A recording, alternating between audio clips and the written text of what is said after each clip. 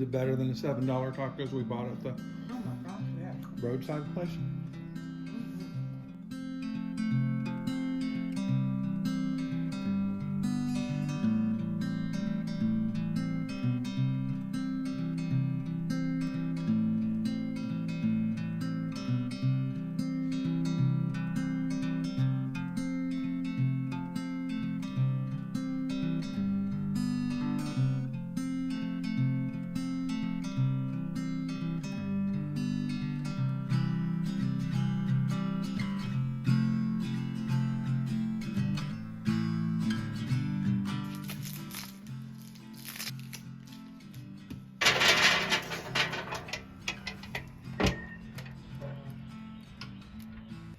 Notice I've got the onion.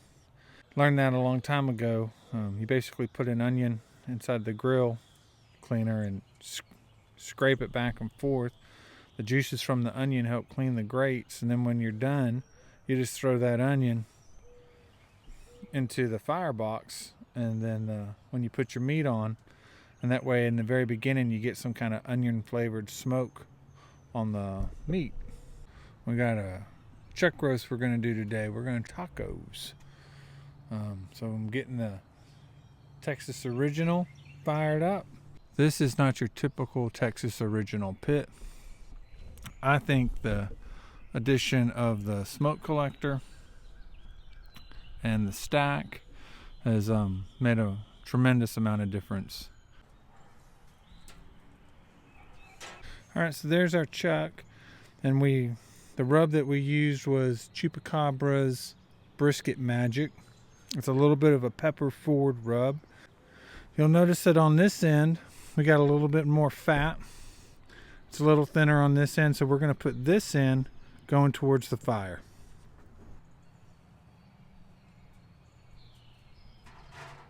Well, if you've been watching the channel over the last year or so, you'll see that I've gotten into welding cheap smokers to help buy more expensive smokers. And one of the first welding projects I did was I tried to create a kind of a new handle for the Texas Original. And it wasn't bad. It wasn't good, but it wasn't bad. And so recently I decided, after I made the last Oklahoma Joe that had kind of the Lang handle on the cook chamber, I thought, I really had to go back and work on the Texas Original and redo the Chud latch, redo the Lang latch. And so this is what we came up with. And you can see it looks a lot better than what I originally had. And so, not a professional fabricator by any stretch, but I at least have gotten better at the stuff that I produce for myself. And you can see our fire's going pretty nice. We've got it in basically the first latch position right here. We got that open. We got our vent about halfway. And as you can see, our fire's doing really good. Take a look at the fire. Yeah, we need to put something on there. Yeah.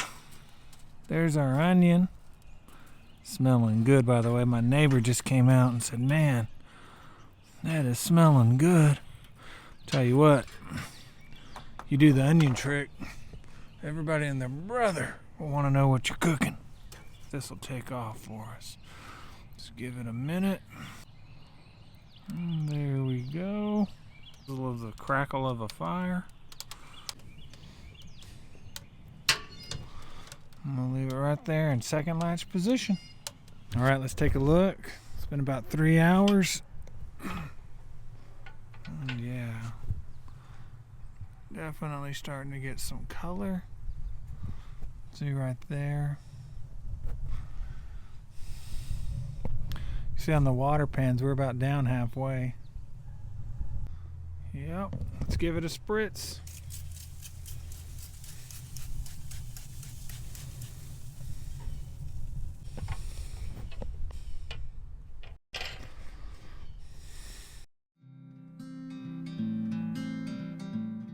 Check the fire. You can see it's Just a very small fire.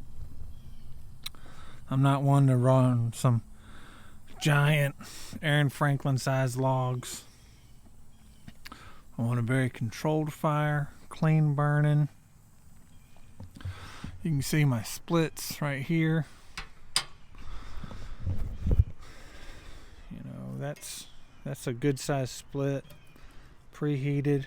All right, we've been smoking for about 4 hours now. Time to get a temperature check. Take a look at the bark. So let's go ahead and do that.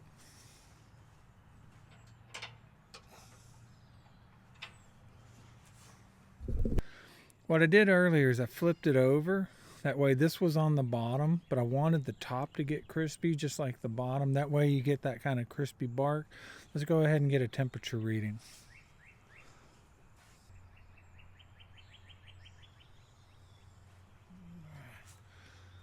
So we're running right around 155, depending on where you're looking. Overall though, the temperature's like in the high 150s, 160s. So I definitely think it's at a good point that we can go ahead and wrap it, especially since it's starting to look a little crispy on the edges.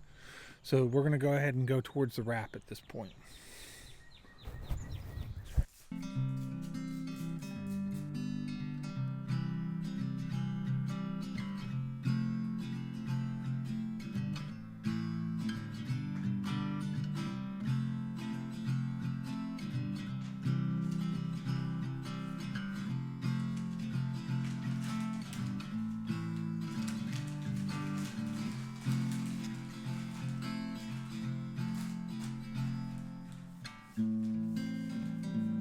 So our chuck roast is wrapped.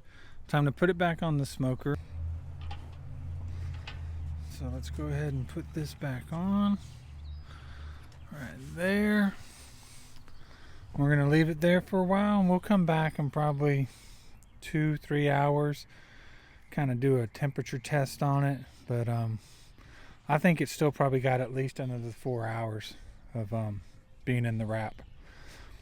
Just to get through the stall. We were right at 160 when we put it into the wrap, so we want to take this all the way up to around 215, a little bit past what we normally would with a brisket, just to make sure that the meat is super tender when we pull it apart.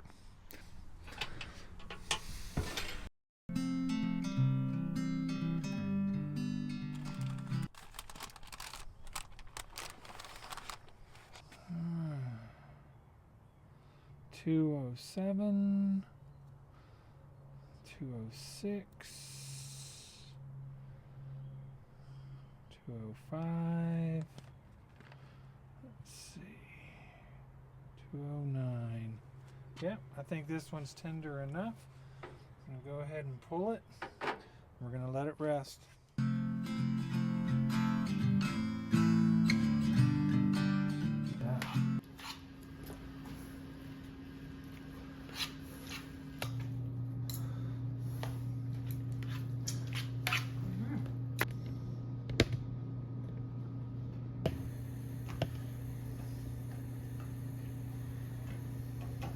These are street tacos. Okay. So first thing you're going to do is put your meat down in the bottom. On this Yes, one? that one looks good. Okay. All right. Next is your cilantro.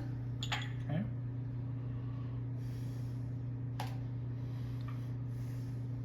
Okay. And then your onion. Okay. And that's just a sweet onion. Just sprinkle it? Yeah. Okay. Okay. Okay, then I do lime, fresh lime squeezed on mine.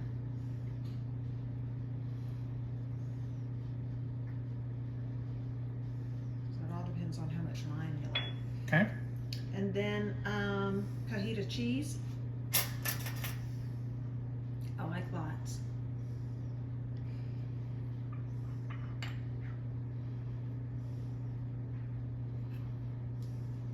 Enough? Yeah, sure. Okay. And then the cilantro lime sauce. Tell me when. That's pretty good. Good? More? Well, which one's yours? That one. Oh, well then more on the other one. Okay, that's good. Okay. And then you just wrap it and try to tuck it just a little bit. I like my tacos very full. Like that. Yep. This is when you know you're serious about your tacos. Okay. Like that. Oh, that's too cute. Here you go. Okay. Okay.